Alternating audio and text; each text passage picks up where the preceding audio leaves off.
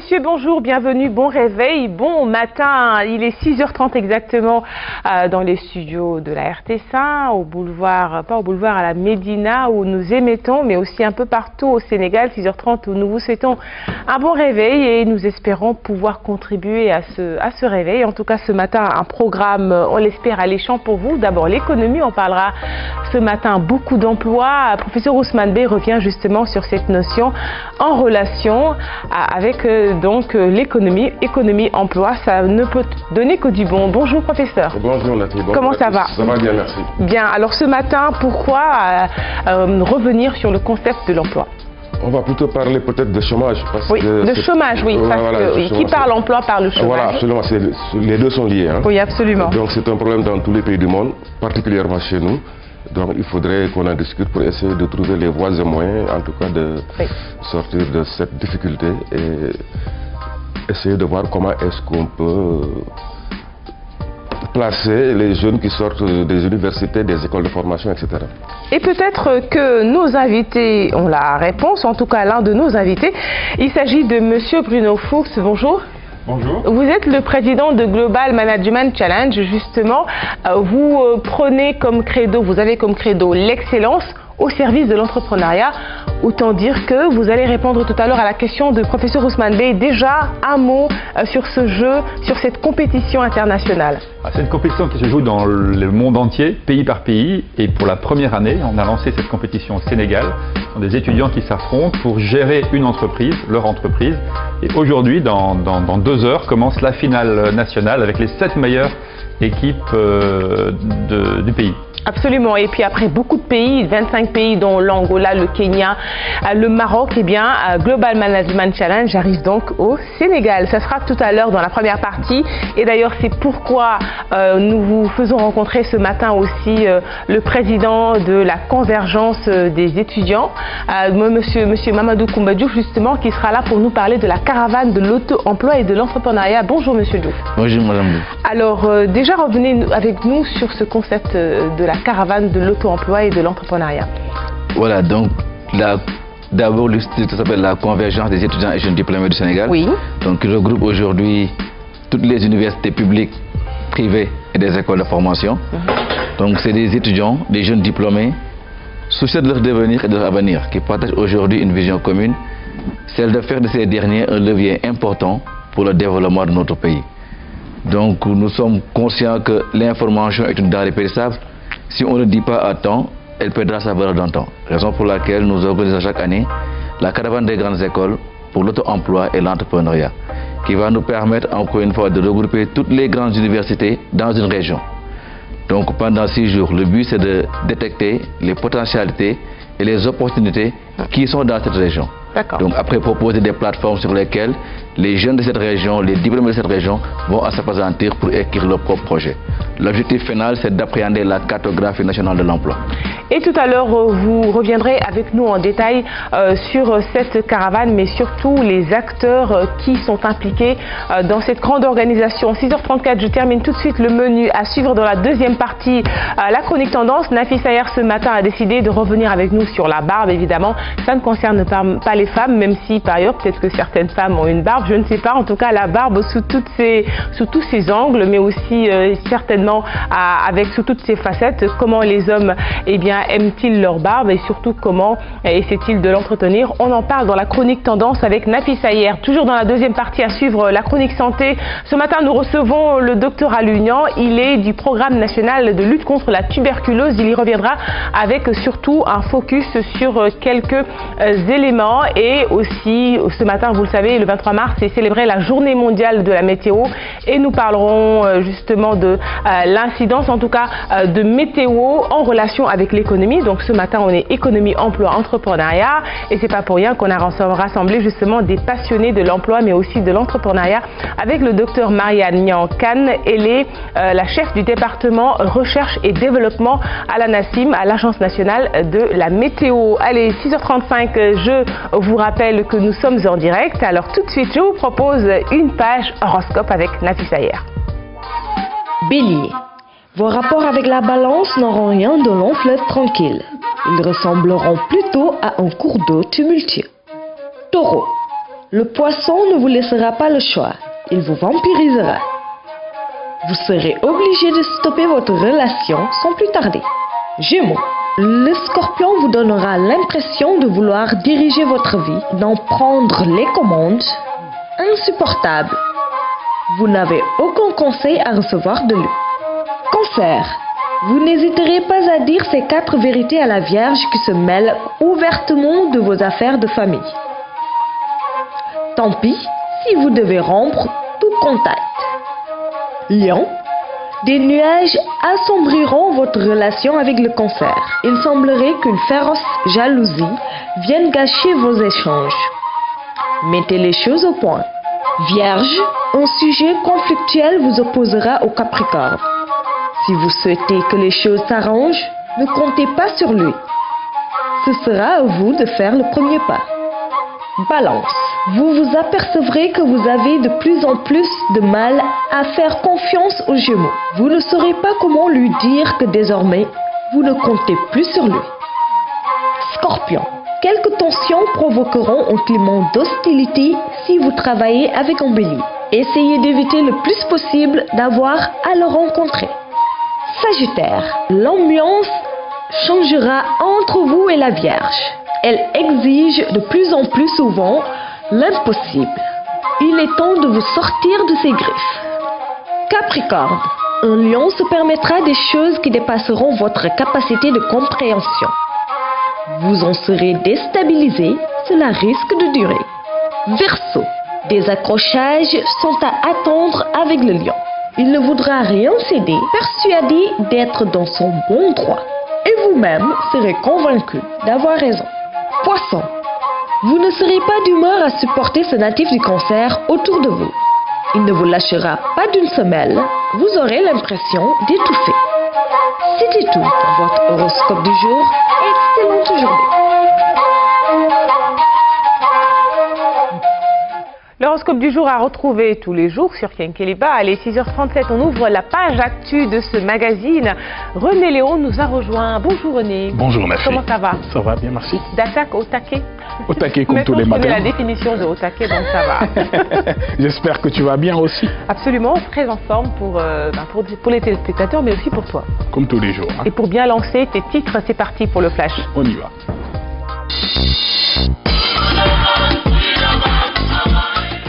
Mesdames et messieurs, bonjour, ravi de vous retrouver pour cette édition de la matinale à la une de l'actualité. Ce matin, le premier congrès de l'association des maires du Sénégal. Ils sont 557 maires à y participer. Des pays de l'UEMOA sont aussi présents à cette rencontre qui a pour thème partenariat innovant pour un développement territorial durable.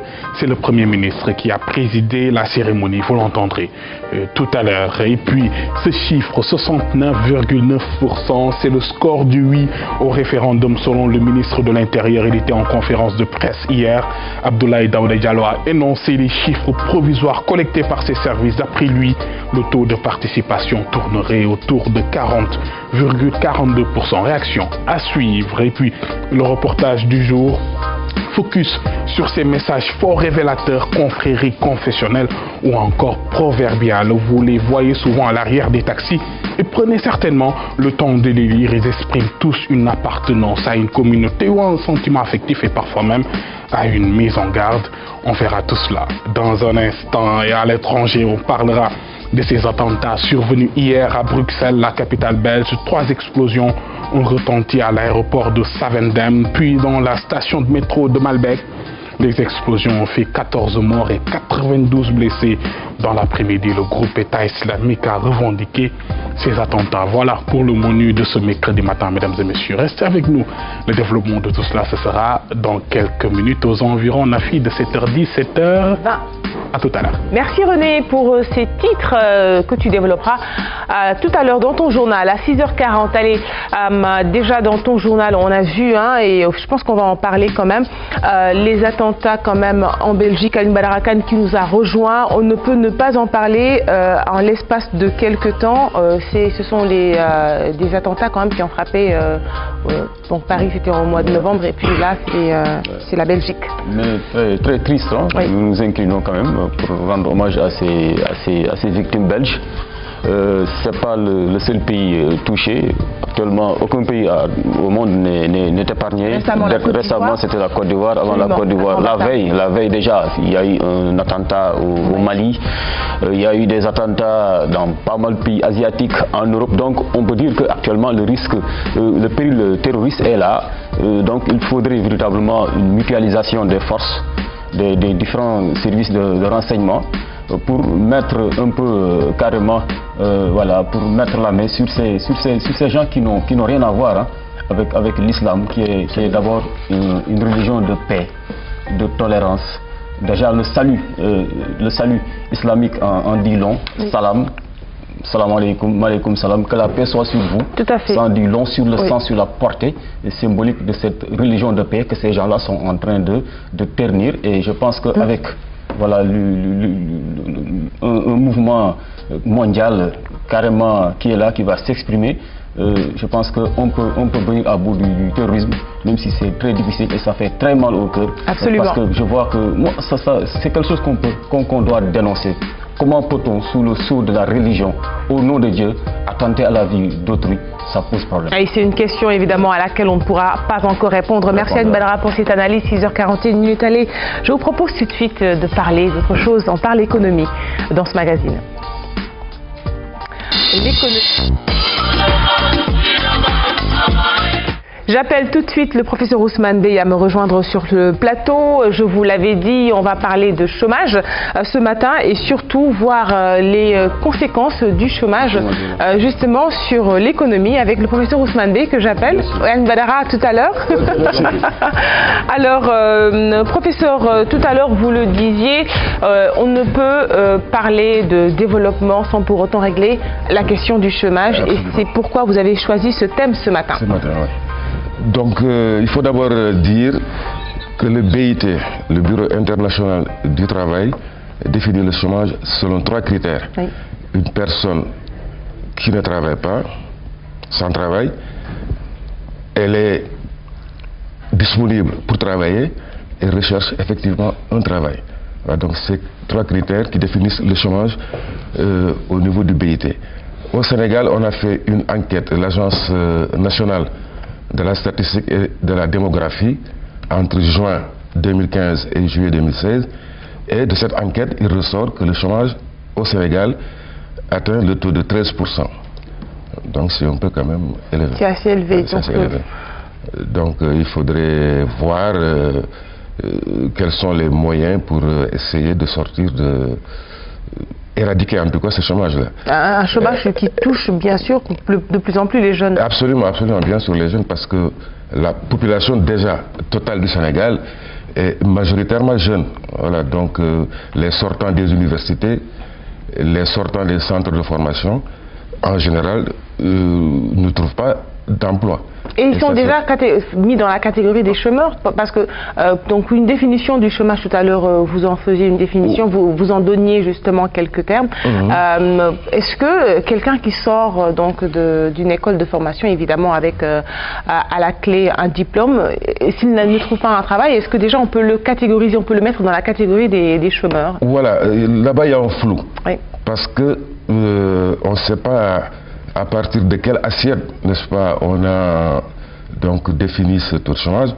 Est-ce que c'est par rapport à la population active? Est-ce que c'est par rapport à tous les sortants des centres de formation qui n'ont pas d'emploi? Est-ce que c'est par rapport aux jeunes en général? Donc c'est un peu difficile. Mais je pense que ce taux est évalué sur l'assiette de la population active, hein, si je ne me trompe pas. Alors justement, professeur, on va aussi en venir aux solutions. Que faudrait-il faire? Quel levier actionner pour inverser cette tendance au chômage? Bon, il faut d'abord indiquer pourquoi, évidemment, il y a ce chômage-là. Il y a d'abord l'instabilité et la complexité du marché de l'emploi. Il y a l'inadéquation entre les formations initiales et les besoins du marché. Les besoins du marché de l'emploi. D'accord, donc autant dire que... Une adéquation entre formation et emploi, et ça emploi, je crois oui. que tout le monde le sait. Évidemment, il y a aussi le volume de la main-d'œuvre et l'employabilité des jeunes. donc des éléments qui font que, évidemment, il y a un chômage. Et le tissu industriel ne peut pas absorber tous ces demandeurs d'emploi en Afrique en général, au Sénégal en particulier. Maintenant, qu'est-ce qu'il faut faire? C'est intéressant d'ailleurs ce matin que nous ayons des invités qui vont parler d'auto-emploi. Absolument, tout à fait. C'est fondamental parce que l'État ne peut pas évidemment prendre en charge tous les chômeurs, c'est pas possible, n'est-ce pas? L'État peut peut-être mettre en place un cadre, n'est-ce pas? Accompagner, assainir le climat des affaires pour permettre aux investisseurs de venir, etc. Mais il y a aussi qu'il faut moderniser et développer les métiers traditionnels. La boulangerie, la cordonnerie, la couture, mode, etc. Je pense que ça c'est important. Donc les artisans de manière générale. Les artisans de manière générale.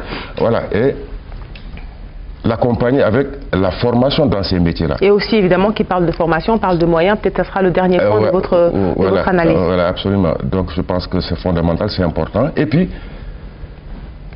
impliquer le secteur privé dans les politiques publiques, je pense que c'est important, surtout dans le cadre du PSE. Je pense qu'ils ont quand même leur mot à dire, ils ont un rôle à jouer. C'est important parce que l'État, son rôle, c'est pas de créer des emplois. Absolument. C'est le secteur privé, les PME, PMI qui sont là pour créer de la richesse, pour créer de l'emploi. Je crois que ça c'est important, c'est fondamental. Donc il faut évidemment beaucoup plus insister d'ailleurs sur l'auto-emploi. C'est important. Tout à fait. Il faut que les gens qui sortent des business schools, moi je le dis souvent à mes étudiants, ne comptez pas sur les autres, comptez sur vous-même pour mettre en place quelque chose, etc. Et on retiendra dans vos propos, évidemment, professeur, le partenariat public-privé pour booster l'entrepreneuriat, mais surtout donc résorber ce gap-là. Donc beaucoup de chômeurs, on l'a dit, on l'a vu. Merci beaucoup pour cette chronique, professeur Ousmane Beye. Je rappelle, tous les 15 jours, vous venez sur ce plateau pour nous entretenir d'un sujet en relation avec l'économie. 6h47, on va ouvrir les chroniques, la chronique invitée. C'est tout de suite avec Alioune Badara Kane.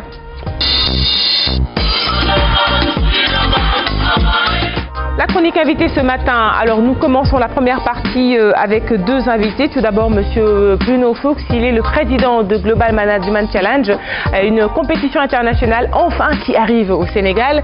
Et tout à l'heure, donc on va dire, on saura qui va aller à Macao en Chine pour participer à la grande finale. Alioune Badara, c'est à toi. Une compétition internationale pour parler un peu du management d'une entreprise virtuelle. Nous, en tout cas, moi, ce qui me pose problème, c'est d'abord le management d'une telle entreprise. Comment cela va-t-il s'opérer? Est-ce que cela est viable? Qu'est-ce qui différencie aussi une entreprise virtuelle d'une entreprise classique? Parce qu'ici, en Afrique, surtout au Sénégal, nous, on a un rapport direct avec l'entreprise. Tout est classique. Hein. Donc, quand vous parlez d'entreprise virtuelle, ça peut poser problème. D'accord. Alors ça, c'est un jeu, pas au sens ludique, mais c'est un challenge. C'est une entreprise, c'est un simulateur d'entreprise, comme un pilote, un simulateur de vol pour apprendre à piloter un avion. Donc, c'est pas une entreprise virtuelle au sens où vous l'entendez. C'est vraiment une facilité pour les étudiants de rentrer dans un poste de directeur financier, de directeur des ressources humaines, de stratège, de financier, et de s'exercer à ce métier-là. Et donc, pour rejoindre ce que disait le professeur, c'est important que les étudiants aient une formation la plus précise possible, la plus pointue possible, qu'ils aient leur expertise la plus forte pour être placés au bon endroit dans une entreprise ou dans leur propre entreprise ou sur un marché du travail et être à l'aise avec ce poste-là, heureux et fournir le travail qu'on leur demande. Donc c'est aussi une capacité pour les étudiants de savoir comment ils vont affronter le marché du travail. Donc quelque part c'est juste pour un peu renforcer les compétences donc, de ces futurs travailleurs qui seront demain dans une entreprise purement classique. Alors, comment ça va se passer alors ce concours international, cette compétition internationale, comment elle se passe et comment vous l'avez organisée? Alors elle a démarré au Sénégal au mois de janvier, donc il y a 40 équipes du Sénégal, toutes les universités ou écoles qui se sont inscrites. Et puis, donc ils gèrent leur entreprise. L'entreprise se valorise en fonction de critères que le logiciel a déterminés. mais ils gèrent le taux de CO2, ils gèrent le taux de formation de leurs collaborateurs, bien sûr les stocks, le lancement des produits, le marketing, enfin toutes les dimensions d'une entreprise. Et puis janvier, février, mars, il y a des sélections, les meilleures équipes sont passées dans le tour suivant. Et aujourd'hui commence donc la finale avec les 7 meilleures équipes du Sénégal. Okay. Alors que peuvent-ils espérer au bout du compte? Est-ce qu'ils seront accompagnés dans ce projet, disons-le, au stade virtuel, jusqu'à l'élaboration, la création d'une entreprise classique comme ça se voit tout le temps? Non, parce que, pour revenir un peu sur la chronique du professeur, certains étudiants vont peut-être vouloir créer leur entreprise, d'autres plutôt être consultants, d'autres plutôt rentrer comme cadre ou dirigeant d'autres entreprises, ou même dans la fonction publique, parce que le public a aussi besoin de managers qui savent gérer la santé, gérer les routes, gérer les infrastructures. Donc on ne sait pas à l'avance, donc il n'y a pas cet accès direct au marché. C'est vraiment un outil de formation, et les étudiants, ce qu'ils peuvent espérer, c'est donc apprendre au mieux un métier, une fonction, et puis ensuite aller, comme vous l'avez dit, aller en Chine pour la finale. Et là, on verra, ils vont affronter les équipes de Russie, de Chine, d'Afrique du Sud, des États-Unis. Voilà. Et ça, c'est assez excitant pour les étudiants de se confronter au niveau international à leur véritable niveau, quoi. Ok, mais après ce rendez-vous de Pékin, mais ils ne vont pas bénéficier d'un accompagnement, ou bien ça va s'arrêter là? Ils peuvent s'ils le souhaitent, mais ils sont encore étudiants, ils ne sont pas encore dans une phase où ils ont un projet professionnel. On est vraiment dans une phase de la formation et de renforcer l'expertise d'un étudiant. Ok, par rapport aux projets qui vous ont été présentés, qui ont été soumis donc à l'appréciation du jury, quels sont les domaines les plus en vue? Par exemple, si on prend le cas du Sénégal, comparé par exemple à un jeune européen qui n'a pas certainement les mêmes priorités qu'un jeune sénégalais. Quels sont les projets les plus en vue? Non, bon, la question est assez difficile parce que quand vous avez 300 ou 400 étudiants, c'était le nombre d'étudiants au départ, et ils ont chacun des projets un peu différents.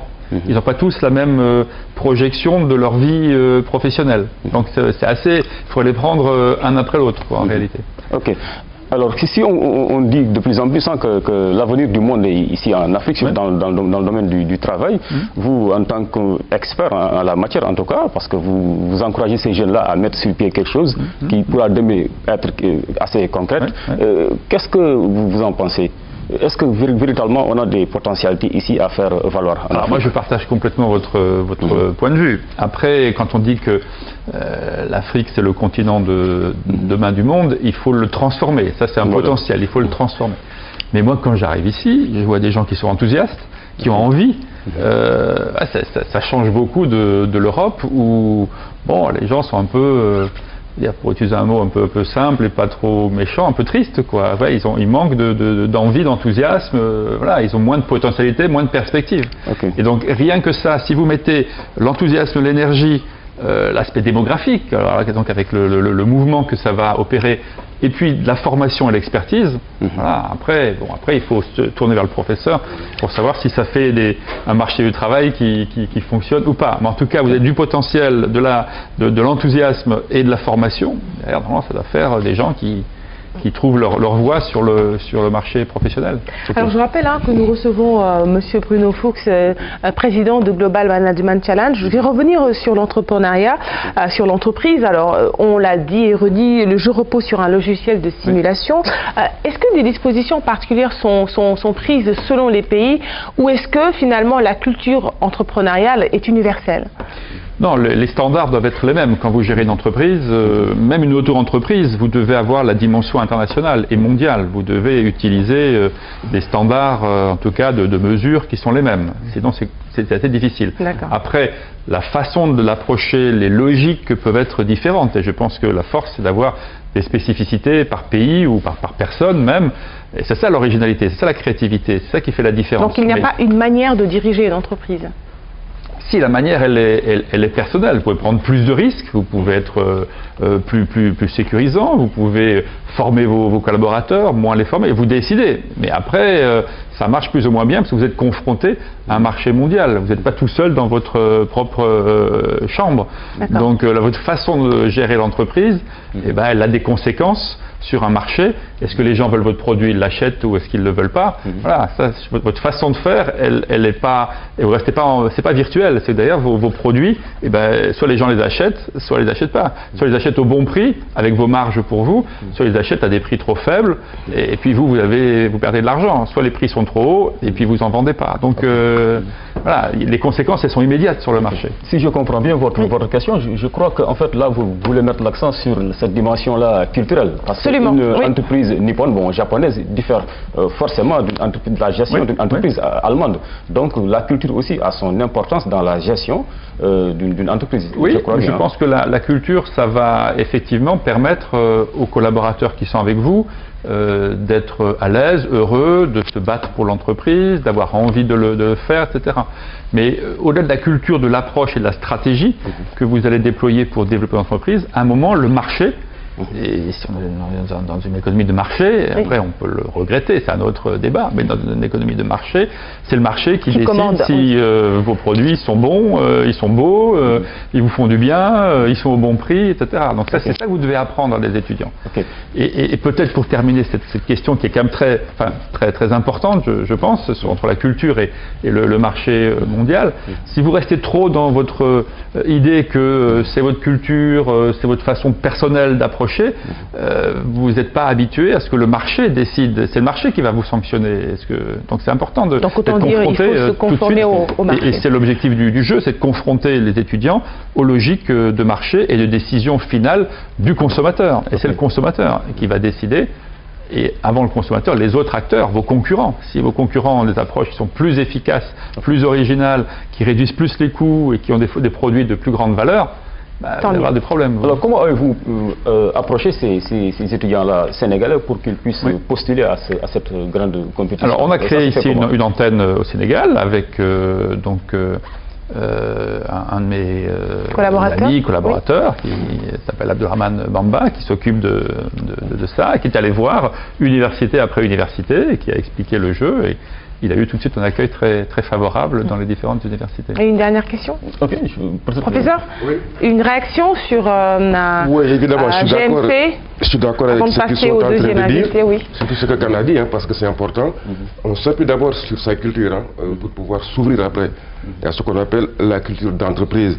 Évidemment, les connaissances recherchées sont les mêmes, ce sont des connaissances universelles, mais pour se développer, pour aller de l'avant, on s'appuie, on s'adosse sur sa culture. C'est ce que font les Japonais d'ailleurs. C'est ce qui leur a permis de faire des bons considérables sur le plan économique. Parce que ça c'est important. Évidemment, et même dans les offres d'emploi, ce qu'on voit, c'est que chaque entreprise justement a une manière de décliner les potentialités, mais surtout ce qu'elle recherche dans les profils justement convoités. Merci beaucoup, Monsieur Bruno Fuchs, d'avoir répondu à notre invitation. On va passer tout de suite, sans transition. Pour rester toujours dans le même domaine. Absolument, dans le même domaine, à M. Mamadou Koumbedou, de la convergence des étudiants et des jeunes diplômés du Sénégal. Une autre initiative, lui, contrairement à M. Fuchs, mais toujours dans le même cadre, en tout cas, ils ont le même combat. Il va sillonner le Sénégal, je crois bien, pour aller à la rencontre de ces grandes écoles. Tout à fait. Où il y a certainement pas mal de demandeurs d'emploi, en tout cas des étudiants qui caressent le rêve un jour dès leur sortie, dès l'obtention du précieux sésame, d'avoir un emploi assez décent. Mais quelle que soit donc la bonne volonté aussi de ces jeunes-là, qu'on le veuille ou non, vous semblez prôner un peu l'autonomie. Tout à fait. C'est-à-dire l'auto-emploi. L'auto-emploi aussi, quelque part, ça demande un certain soutien. Est-ce qu'aujourd'hui, on a ce cadre-là pour permettre à ces jeunes, une fois le diplôme en main, d'être autonomes dans ce qu'ils font? Tout à fait. Bon, merci beaucoup. Vous savez, Abraham Lincoln avait dit, si on n'arrive pas à tuer une maladie, on arrivera à la guerre à soigner cette maladie. Le conjoncturel, le chômage aujourd'hui est devenu structurel. C'est parce que la capacité d'absorption des demandeurs d'emploi dans les structures productives reste aujourd'hui limitée. Il faut dire les choses telles qu'elles sont. Nous sommes dans un environnement, nous sommes dans un pays sous-développé. L'État n'a ni la vocation, ni les moyens d'être l'employeur de tous les demandeurs d'emploi. Il faut préparer psychologiquement à ces jeunes à l'entrepreneuriat. Car l'entrepreneuriat permet aujourd'hui de faciliter l'insertion professionnelle, mais aussi d'écourter le temps de recherche d'emploi par la mise en valeur des compétences du promoteur. Raison pour laquelle il est important aujourd'hui qu'on crée des cadres d'échange et de partage et de dire à ces jeunes que c'est possible. Si l'autre disait, si tu n'arrive pas à trouver à avoir un emploi, il faut créer votre propre job.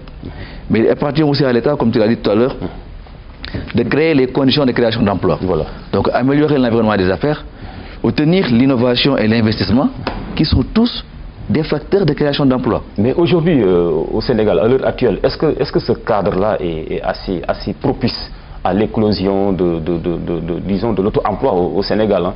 Parce que beaucoup de demandeurs d'emploi, leur premier objectif, c'est d'être dans le circuit étatique. Tout à fait. Un fonctionnaire de l'État.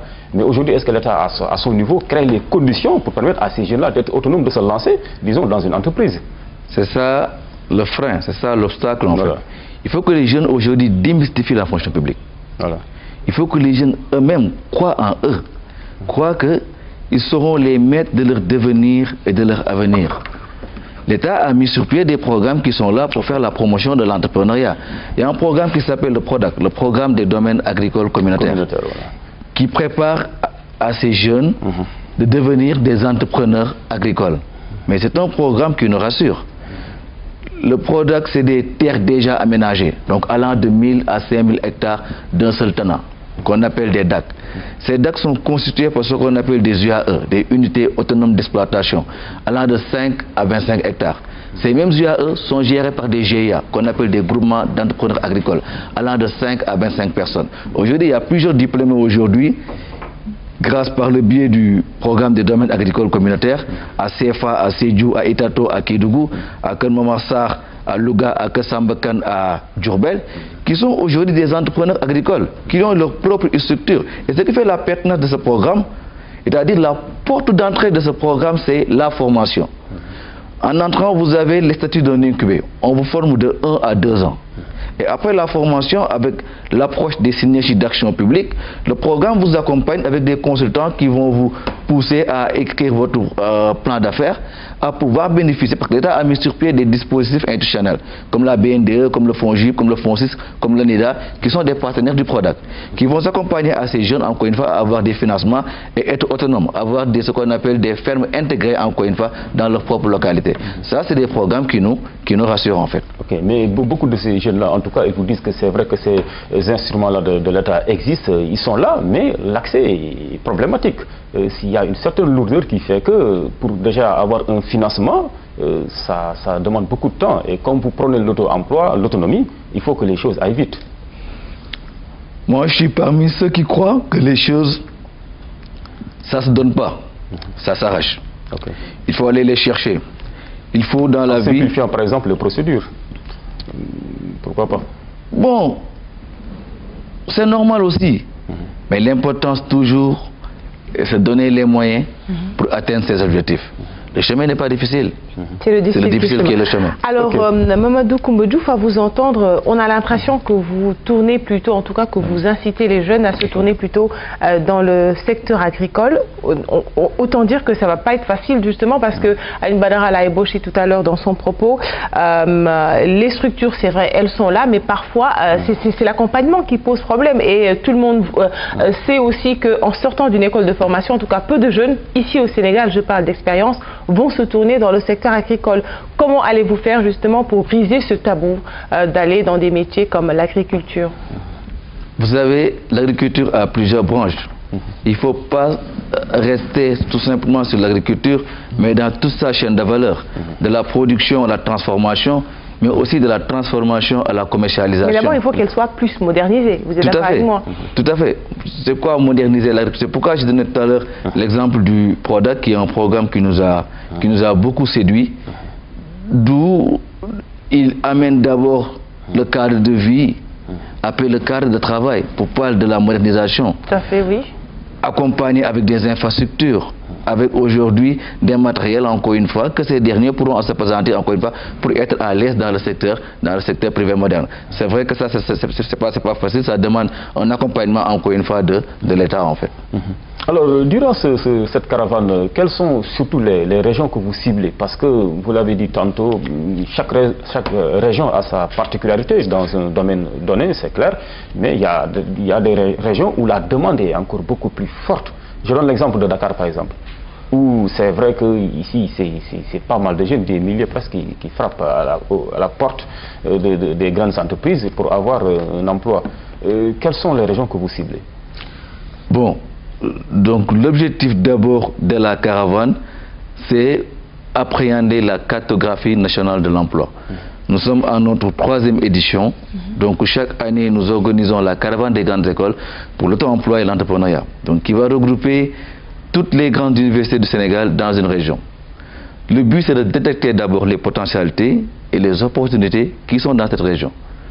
Écrire une plateforme. Vous allez faire toutes les régions du Sénégal? Non, donc chaque année, c'est une région. Donc la première année, en 2014, c'était à Thiès. La deuxième année, c'était l'année passée, c'était à Saint-Louis. Et cette année, c'est à Ziguinchor. Donc le but, c'est d'inviter la crème de la compétence universitaire dans une région, pendant la semaine de la jeunesse, de détecter les potentialités et les opportunités qui sont dans cette région, après proposer une plateforme sur laquelle les jeunes de cette région vont s'appesantir pour écrire leur propre projet. J'ai dit tout à l'heure, celui qui détient l'information détient le pouvoir. L'information est une denrée périssable. Si on ne dit pas à temps, elle perdra sa valeur dans le temps. C'est bien beau d'inciter ces jeunes, de les galvaniser à s'investir dans l'auto-emploi et l'entrepreneuriat, mais il y a des préalables. Les préalables, c'est quoi? C'est l'information. Si aujourd'hui il y a un jeune qui habite où? À Itato, à 720 km de Dakar, à Kédougou, et qui veut aujourd'hui s'investir dans quoi?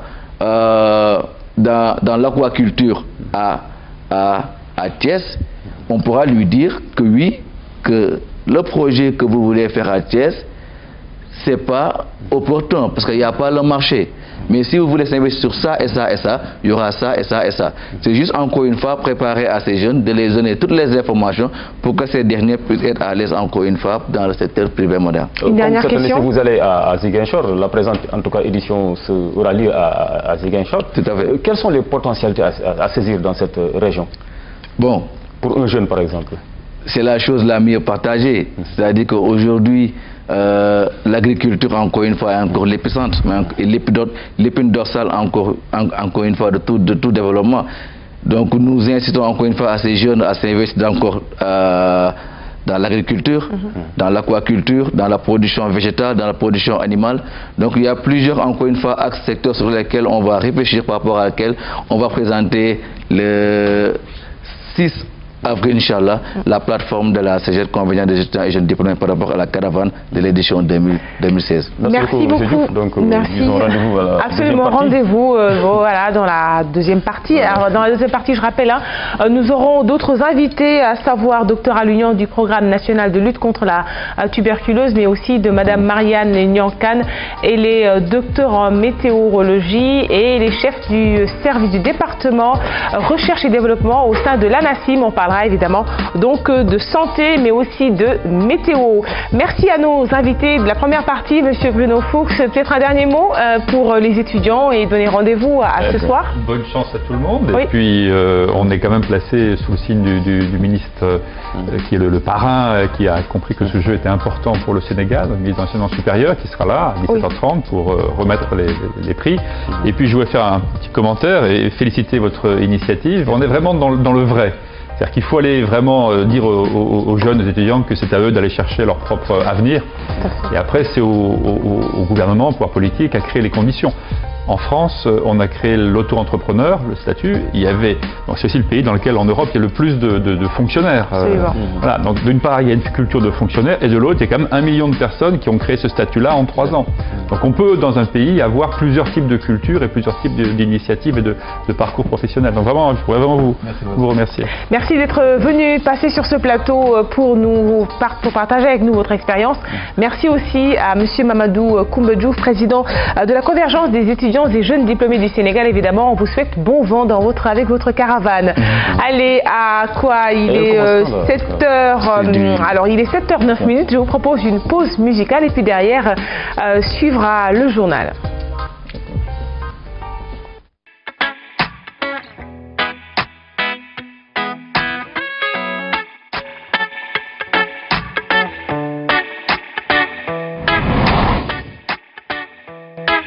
mooy ki am doole ba ku ko neex ma songu daanu mooy ki Yàlla sutura ci àdduna mooy ki am yërmande suñu borom mooy ki ñu jur jigéen mooy ki ñu seete jigéen sama yaay jigéen sama doom jigéen sama soxna jigéen sama yaay jigéen sama doom jigéen doon àjjanay dunya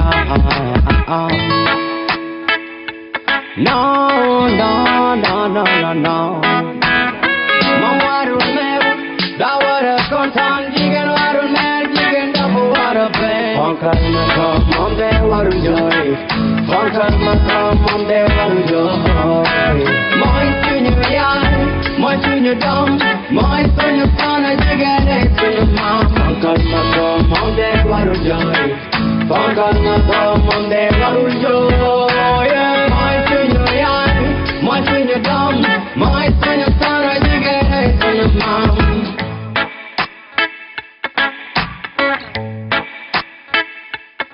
bul di ko jaani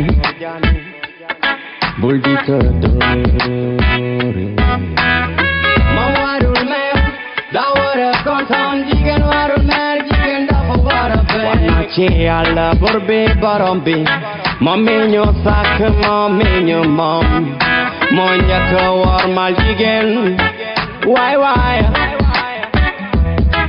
ngala waay bul di ko door ngala waay bul ko sàggane moom warul mer daa war a kontaan jigéen warul mer jigéen dafa war a bég fonkal ma ko moom de warul jooy fonkal ma ko moom de warul jooy mooy suñu yaay mooy suñu doom mooy suñu soxna jigéen de suñu maam fonkal ma ko moom de warul jooy fonkal ma ko moom de warul jooy mooy suñu yaay mooy suñu doom mooy suñu soxna jigéen de suñu maam Aïcha Diallo fonk naa la lool nde gis leen jaan jigéen ci man góor mooy suñu yaay mooy suñu doom mooy suñu soxna jigéen de suñu maam Alpha Ba gërëm naa la lool wat naa ci Yàlla doo ma sa door jigéen mooy suñu yaay mooy suñu doom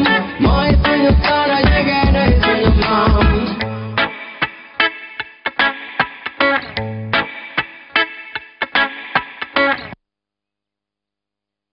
Voilà, c'était le clip du jour sur Kinkeliba. Allez, à 7h12, je vous propose de passer à notre troisième invité. Avant le journal, René Léon va nous rejoindre tout à l'heure. Alors, je vous le disais, deux autres invités sur ce plateau. Docteur Alunian du Programme national de lutte contre la tuberculose et puis Madame Marianne Diop-Kane, c'est ça. Donc j'ai dit Nyan-Kane dans la première partie, je m'en excuse.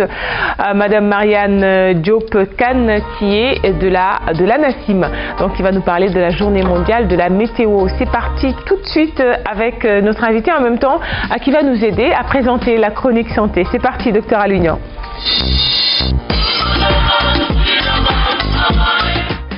Docteur Alunian, que j'appelle à me rejoindre sur ce plateau. Docteur, merci d'avoir répondu à notre invitation. Alors, la ponctualité, c'est vraiment chez les médecins. Nous en avons eu la preuve ce matin. Vous êtes le premier à venir avant même l'équipe, la grande équipe de la matinale.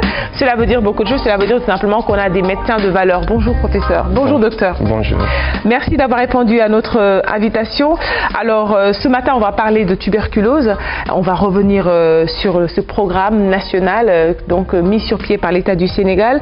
Évidemment, on va d'abord revenir aussi sur des sujets donc concoctés par notre chroniqueuse santé Binta Bokoum ce matin qui n'est pas là et qui nous a fait l'amitié justement de vous convier à cette matinale. On va d'abord parler, si vous voulez bien, déjà de cette pandémie et surtout de sa stagnation. On croit que maintenant elle est bien maîtrisée.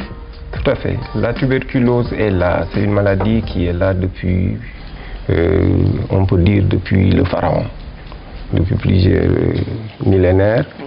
Et il y a eu des progrès notoires dans le domaine du dépistage, dans le domaine du traitement. Mais jusqu'à présent, beaucoup de choses doivent être améliorées pour venir à bout de cette épidémie. Et ce qui est important aujourd'hui, c'est que demain, le 24 mars, c'est la journée mondiale de lutte contre la tuberculose. Et le Sénégal, à l'instar de la communauté internationale, donc compte célébrer cette journée. Et sur ce, une nouvelle stratégie a été mise en place par l'Organisation mondiale de la santé. Et cette stratégie est intitulée End-TB, ça veut dire éliminer la tuberculose d'ici 2035. D'accord. Voilà donc ce qui nous amène cette année, la célébration de la journée va être faite dans la région de Fatick. C'est un choix qui est vraiment qui répond à plusieurs critères. Je pense que nous allons y revenir tout à l'heure. On va y revenir. Le temps pour nous de suivre ce sujet concocté par le Service national de l'éducation et de l'information pour la santé. Jeudi 24 mars 2016, la communauté internationale célèbre la journée mondiale de lutte contre la tuberculose. Au Sénégal, malgré les progrès enregistrés, la vigilance reste de mise. Une nouvelle stratégie mondiale a été mise sur pied, la stratégie End-TB, élimination de la tuberculose. Notre pays, comme beaucoup d'autres, se sont engagés à venir à bout de la tuberculose d'ici 2035. C'est une stratégie qui vient remplacer l'ancienne, qui s'appelait halte à la tuberculose, et qui a des composantes. Une composante vraiment soins et prévention intégrée, mais une composante également où on demande aux gouvernants d'avoir des politiques beaucoup plus audacieuses en matière de gestion de la tuberculose. Le programme national de lutte contre la tuberculose s'active depuis 1985 dans la prise en charge des malades. Et pour cela, des stratégies innovantes ont été développées. Aujourd'hui, ont permis de travailler directement avec les populations des districts sanitaires. Et il y a des paquets de services qui ont été développés, et dans ces paquets de services, il y a la recherche quand même des perdus de vue. Il y a également l'orientation des tousseurs chroniques des quartiers vers les structures de santé. Il y a également l'accompagnement. Mieux encore, il y a les causeries. En dehors des interventions communautaires, nous avons une stratégie innovante qui est le dépistage actif des groupes à risque, ou en tout cas des groupes exposés. Et aujourd'hui, nous avons introduit les techniques moléculaires. Ces techniques moléculaires permettent de dépister assez rapidement la tuberculose multirésistante. Donc, les malades qui attendaient pendant des mois parfois n'attendent plus que 2 heures de temps. Les résultats obtenus au bout de plusieurs années de lutte ont permis de booster certains indicateurs. C'est le succès du traitement, 88%, qui est atteint, parce qu'on demandait 85%, et le dépistage, qui est à 108%, et on demandait 70%. Et les objectifs concernant la mortalité n'ont pas été atteints. Les objectifs aussi par rapport à la réduction de la charge de la maladie au niveau de la communauté. La stratégie End-TB, élimination de la tuberculose, appelle à une forte coalition pour les années à venir. Ainsi, il est impératif, et c'est le vœu du ministère de la Santé, de la propager avec toutes les composantes de la population. Alors docteur, on l'a vu, il faut quand même une coalition pour renforcer le dispositif parce que, évidemment, en matière de maladie, je ne vous apprends rien, il faut toujours maintenir la vigilance. Tout à fait, et même c'est beaucoup plus important dans le cadre de la tuberculose qui n'épargne personne. Donc pour atteindre les objectifs qu'on s'est fixés, donc d'éliminer la tuberculose d'ici 2035, je pense qu'il faut en tout cas mettre en place une politique de collaboration multisectorielle qui va en tout cas intégrer toutes les composantes de la société. Et ça c'est important, que ce soit le public, le privé, les associations, la société civile. Tous ces gens-là doivent s'impliquer dans la lutte contre la tuberculose pour arriver à ça. Alors on va revenir sur 2 points avant évidemment de terminer sur cette directive de l'OMS dont vous avez parlé à l'entame de votre propos. Les 2 points, d'abord, quels sont les foyers à risque, ou y a-t-il des foyers à risque? Ce ne sont pas des foyers vraiment identifiés. Je pense que, on le dit souvent, la tuberculose atteint les pauvres des pays pauvres. Donc si vous voyez bien là où il y a cette pauvreté, vous allez retrouver la tuberculose. Donc c'est de grands quartiers où sévit la pauvreté, où sévit la promiscuité, que vous allez avoir comme foyer de tuberculose. D'accord. Voilà. Et donc cette question évidemment elle implique une autre. Est-ce qu'il y a des comportements à risque? Est-ce qu'il y a en tout cas une méthode particulière de pouvoir prévenir la tuberculose? Tout à fait, parce que la tuberculose, la personne se contamine à travers la toux. Quelqu'un qui a la tuberculose, qui tousse, celui qui est sain inhale, respire donc les particules infectées, peut être atteint de tuberculose. Donc la première chose à faire, c'est avoir des comportements par rapport à la toux. Donc c'est d'avoir un mouchoir, se couvrir la bouche lorsqu'on tousse, mais surtout pour les tousseurs, ceux qui présentent une toux de plus de 15 jours, d'aller rapidement se faire dépister pour voir est-ce que si c'est la tuberculose ou non. Et docteur Alunian, qui parle de toux parle de crachat. Alors on est aussi dans un pays, il faut le dire, où les gens ils crachent partout. Parfois c'est pas évident, on voit les gens, ils ont ce tic de cracher partout. Est-ce que ça peut être aussi un comportement à risque et comment faudrait-il pouvoir se prémunir contre ça? Parce qu'on peut tousser, excusez-moi, on peut tousser, cracher, et puis après que ça se sèche, et puis que le vent, vienne pour un petit peu diffuser tout cela. Est-ce qu'aujourd'hui, c'est des comportements à bannir? Tout à fait, c'est un comportement à bannir, non pas parce que c'est quelque chose qui peut occasionner une tuberculose, mais c'est pas élégant du tout. Mais par rapport à la tuberculose, c'est les particules en suspension qu'on inhale qui sont responsables de la... Parfait. Donc je rappelle, ce matin, nous avons le plaisir d'avoir dans la chronique santé le docteur Alunian du programme national de lutte contre la tuberculose. On va aussi revenir sur le dernier point, c'est-à-dire sur la directive de l'OMS. Vous en parliez, d'ailleurs dans le sujet de Soda Germaine Diatta, on en parlait aussi. Tout à fait, parce que cette stratégie NTB a comme vision de vivre dans un monde sans tuberculose. Et les objectifs, le but de cette stratégie, c'est en tout cas de mettre fin à cette épidémie de tuberculose. Et pour cela, il faudrait pratiquement réduire de 95% la mortalité liée à la tuberculose d'ici 2035, mais aussi réduire de 90% l'incidence de la tuberculose. Et en tout cas mettre en place une politique qui va faire que les charges liées à la tuberculose ne seront plus supportées par la communauté. Et c'est important ça. Voilà, ça c'est très important. Absolument. Et je pense que l'État du Sénégal est dans cette voie, est en train de mener une politique dans ce sens, en mettant en place une politique vraiment audacieuse. Le traitement est pris en charge de première ligne, est pris en charge depuis 2010. Non, pas du tout, c'est gratuit. L'État prend en charge depuis 2010 le traitement de première ligne de la tuberculose. Et même pour le traitement de deuxième ligne pour la tuberculose multirésistante, l'État s'est engagé à partir de 2017 de financer donc ce traitement. L'État ne s'est pas limité à ça.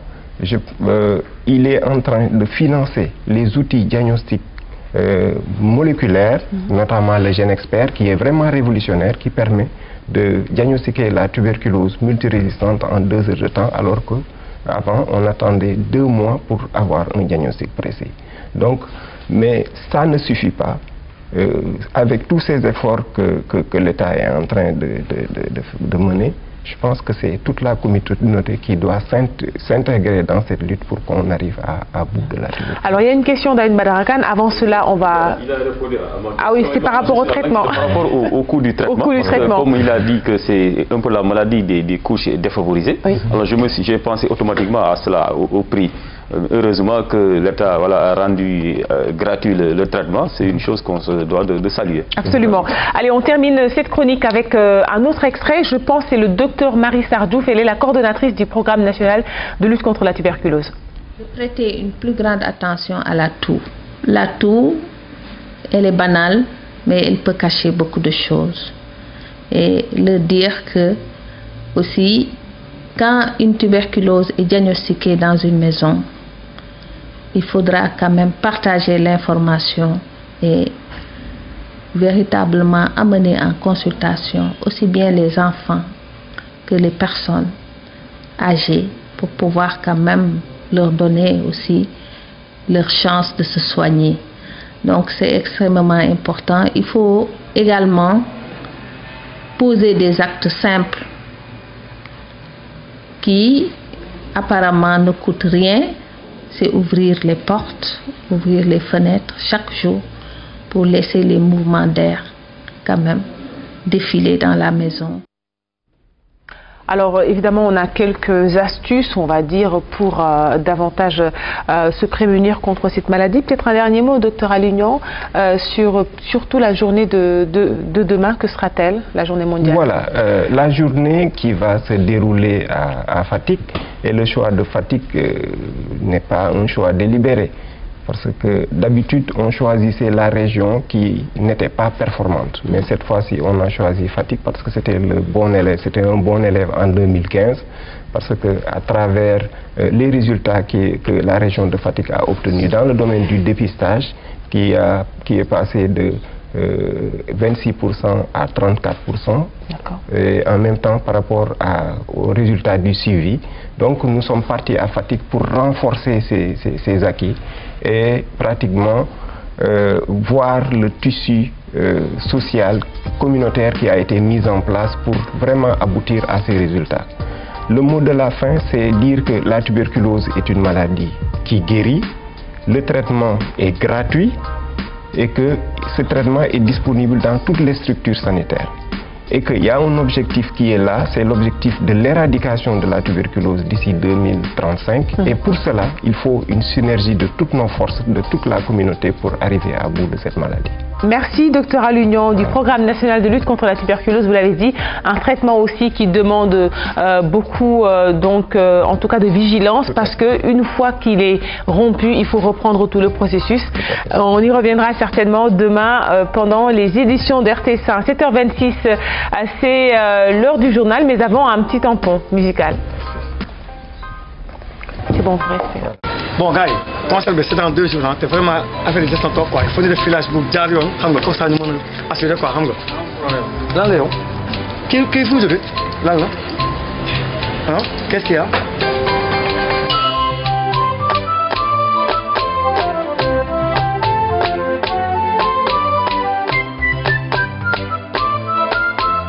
Bon gars yi il faut ñu changer mon souvenir.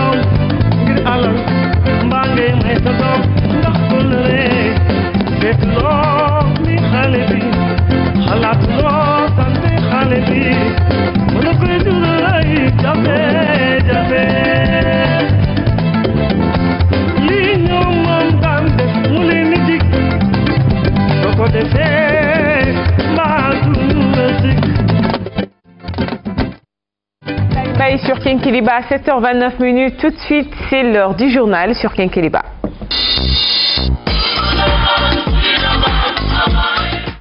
Les titres de cette édition: congrès de l'Association des maires du Sénégal, 557 maires participent à cette rencontre.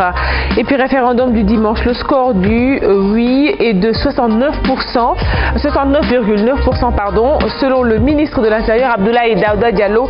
Était en conférence de presse hier, et puis le reportage du jour à suivre se focus sur les messages à l'arrière des taxis. René Léon, c'est à toi. Tout à fait, Nafi, mesdames et messieurs, bienvenue et merci de nous accueillir chez vous. On parle d'abord du premier congrès de l'Association des maires du Sénégal, je vous le disais, 557 maires, ils sont 557 maires à y participer.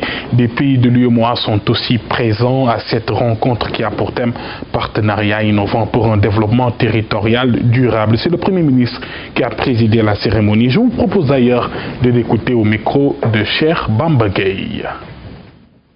Faire du développement durable des territoires une réalité au Sénégal, le président Macky Sall a engagé dans notre pays une grande réforme appelée Acte 3 de la décentralisation.